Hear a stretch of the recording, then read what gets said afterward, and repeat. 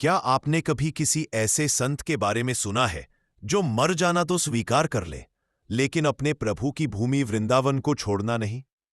जो भूख से बेहाल होकर भी सिर्फ प्रभु के दर्शन की चिंता में खोए रहे? यह कोई कल्पना नहीं, यह सच्ची कहानी है श्री प्रेमानंद जी, पूज्य परमानंद जी महाराज की। इस ब्लॉग में हम उनके जीवन की उन सच्ची घटनाओं को साझा कर रहे हैं जो हमें यह सिखाती हैं कि सच्ची भक्ति क्या होती है और तपस्या की वास्तविक परिभाषा क्या है। पूज्य प्रेमानंद जी महाराज का जीवन शुरू से ही सामान्य बच्चों जैसा नहीं था। जब अन्य बच्चे खेलकूद और बाल्यावस्था के सुखों में मग्न रहते हैं, तब गुरुजी के मन में ईश्वर के प्रति एक अलग ही खिंचाव था। मात्र 13 वर्ष की आयु में जब जीवन की शुरुआत होती है, उन्होंने वह निर्णय लिया जो बड़े बड़े सन्यासी भी सोचकर नहीं ले पाते। उन्होंने घर त्याग दिया। लेकिन यह त्याग किसी दुख, विपत्ति या पारिवारिक संकट की वजह से नहीं था, ना ही किसी मोहभंग की पीड़ा थी। यह त्याग था एक लक्ष्य की पहचान के बाद उसे पाने की तड़प का परिणाम। लेकिन पूज्य प्रेमानंद जी महाराज के अंदर का संकल्प कभी नहीं टूटा। एक बार जब जीवन का उद्देश्य साफ हो जाए, तो राह कितनी भी कठिन क्यों ना हो, रुकना नहीं होता। गुरुजी का घर छोड़ना किसी त्याग की कहानी से अधिक एक आत्मा की पुकार थी प्रभु के लिए। वो पुकार आज भी प्रेरणा बनकर गूंजती है हर उस हृदय में जो जीवन को आध्यात्म की राह पर ले जाना चाहता है। पूज्य प्रेमानंद जी महाराज का जीवन तप और त्याग की मिसाल है और उनका अधिकांश जीवन गंगा के घाटों पर बीता। वे वहां न किसी मठ में रहते थे, न किसी मंदिर में। उनके पास कोई साधन नहीं था, न कोई शिष्य, न ही कोई आश्रय। वे अकेले सिर्फ एक कमंडल, एक चादर और एक गमच्छा लेकर घाटों पर रहते। जीवन में कभी किसी से कुछ मांगा नहीं। जो कुछ भी मिला, जैसे कभी 2 टुकड़े बर्फी, कभी मुट्ठी भर सतुआ, वही उनका भोजन होता था। न समय निश्चित होता, न मात्रा। कई बार तो 2-2 दिन कुछ नहीं मिलता, लेकिन उन्होंने कभी किसी से शिकायत नहीं की। इन घाटों पर उनका जीवन कठोर तपस्या से भरा था। न दिन की चिंता, न रात की। जमीन ही बिछौना थी और आकाश ही छत। कंबल की जगह गेहूं की पुरानी बोरियां ओढ़ते थे और ठंडी रातों में यही उनका आश्रय बनती थी। एक ब्रजवासी रोज आमवेले की 4 सूखी कंडियां कटोरे में रख जाता था, वही उनकी सब्जी होती। जीवन भर वे इसी प्रकार प्रभु के नाम में लीन रहे। कई दिनों तक अन्न नहीं मिला तो उन्होंने गंगा की रेत तक खा ली, यह सोचकर कि यदि शरीर नहीं बचेगा तो प्रभु मिलन भी कैसे होगा। लेकिन प्रभु मिलन की तड़प हर दर्द को छोटा बना देती थी। घाटों पर वे सिर्फ रहते ही नहीं थे, वहां वे प्रभु से संवाद करते, रोते, प्रार्थना करते। कैसे मिलूंगा प्रभु, यह एक सवाल बार बार उनके मन में गूंजता था। जब कोई व्यक्ति ऐसी सच्ची पीड़ा से भगवान को पुकारता है, तो भगवान तक वह आवाज जरूर पहुंचती है। और यही हुआ। बिना किसी प्रचार, बिना किसी शिष्य मंडली के, एक साधारण वेशधारी भिक्षुक घाटों पर बैठा रहा और भगवान ने उसकी सुन ली। घाटों ने उन्हें बहुत कुछ दिया, कष्ट भी, सहनशीलता भी, और अंततः वही घाट उनके जीवन की तपोभूमि बन गए। वहीं से उन्होंने प्रभु को पाया, वहीं उन्हें जीवन की दिशा मिली और अंततः भगवान की कृपा से वही घाट उन्हें वृंदावन ले आए, जहां आज वे जनसेवा, भक्ति और प्रेम के संदेश को बांट रहे हैं। पूज्य प्रेमानंद जी महाराज का जीवन एक साधारण सन्यासी का नहीं, बल्कि व्रजभूमि के प्रति अटूट समर्पण और प्रभु प्रेम में डूबे तपस्वी का था। उन्होंने जब संन्यास लिया तो वह केवल वैराग्य नहीं था, वह था संपूर्ण समर्पण।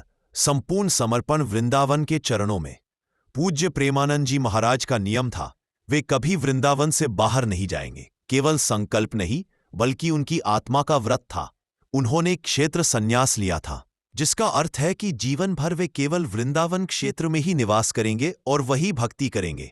यह क्षेत्र कोई छोटा भूभाग नहीं, बल्कि वह 84 कोस का विशाल व्रजमंडल है, जिसमें गोष्ठ वृंदावन, गोपी वृंदावन, नवनिवृत्त निकुंज वृंदावन, बरसाना, नंदगांव, गिरिराज जी, बंसीभट्ट, मानसरोवर और मथुरा तक का समावेश है। पूज्य प्रेमानंद जी महाराज जी कभी वृंदावन से बाहर नहीं गए।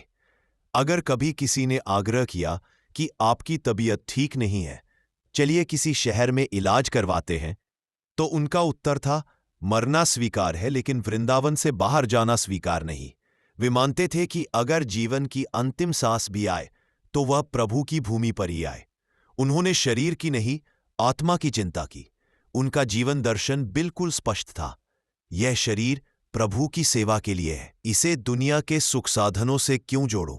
जब वे किसी स्थान की यात्रा करते तो वह केवल व्रजमंडल के भीतर की होती, जैसे बरसाना, नंदगांव, गिरिराज पर्वत, मानसरोवर या बंसी भट्ट। उनका बाहरी संसार यही था। इसके बाहर जाना उनके जीवन का उद्देश्य ही नहीं था। यह सुनकर कोई सोच सकता है, क्या उन्होंने कभी कुछ मिस नहीं किया?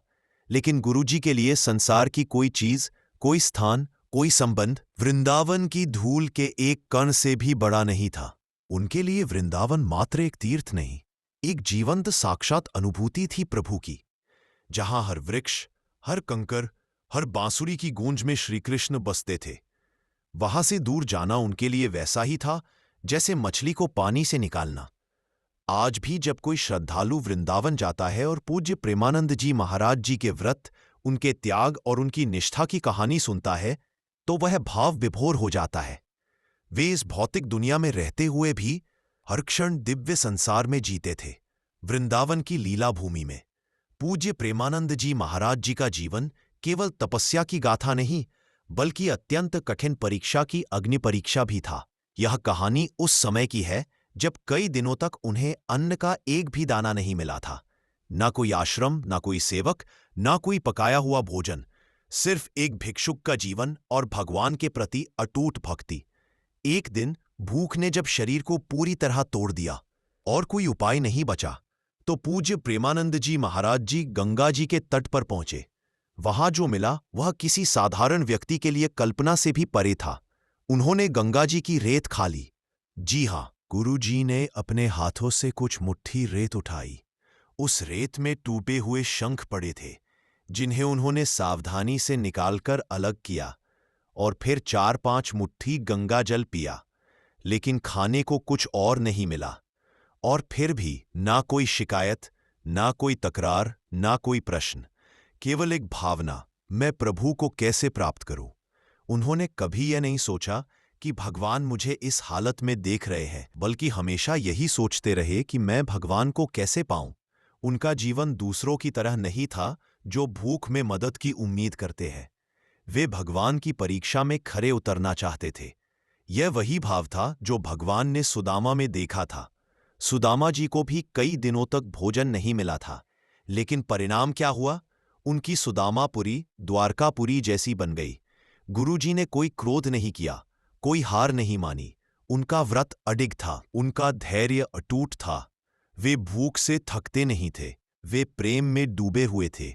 वहीं दूसरी ओर आज हम थोड़ी सी कठिनाई आने पर हताश हो जाते हैं, लेकिन गुरुजी जैसे संतों का जीवन हमें सिखाता है कि जब तक हमारी साधना सच्ची है, तब तक भगवान सब देख रहे होते। दोस्तों, प्रेमानंद महाराज जी का जीवन हमें ये नहीं सिखाता कि संत कैसे बनते हैं, बल्कि ये सिखाता है कि एक सामान्य इंसान सच्ची भक्ति से कितना ऊंचा उठ सकता है।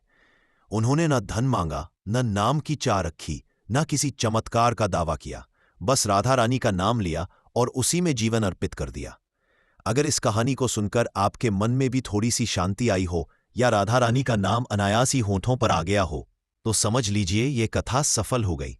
अगर आपको ऐसी सच्ची, पवित्र और आत्मा को छू लेने वाली कहानियां पसंद है तो वीडियो को लाइक करें, चैनल को सब्सक्राइब करें और इसे उन लोगों तक जरूर पहुंचाएं जिन्हें आज शांति की जरूरत है, क्योंकि भक्ति देखने की चीज नहीं, अनुभव करने की चीज है।